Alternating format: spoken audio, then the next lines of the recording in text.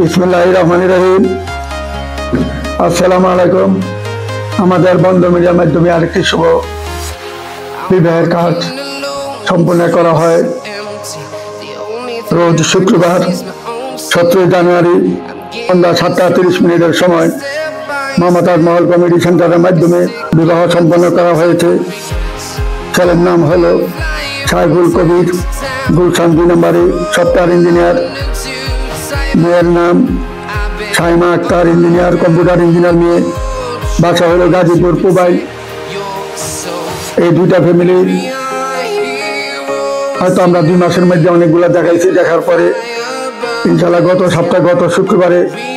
গত শুক্রবারে আমাদের দুই পক্ষকে রাজি করানোর পর ইনশাল্লাহ এই গতকালকে ইনশাল্লাহ শুক্রবার দিন আমাদের রাত সন্ধ্যা 7:30 সময় দুই পক্ষকে রাজি করে আমাদের মমতাজ মহল কমিটি সেন্টারে 3 তলা 4 তলা দুইটা নিয়ে তাদের বিয়ার সম্পন্ন করা হয়, বিয়ার শাদীর কাজ করা হয় বন্ধ মিডিয়ার মাধ্যমে।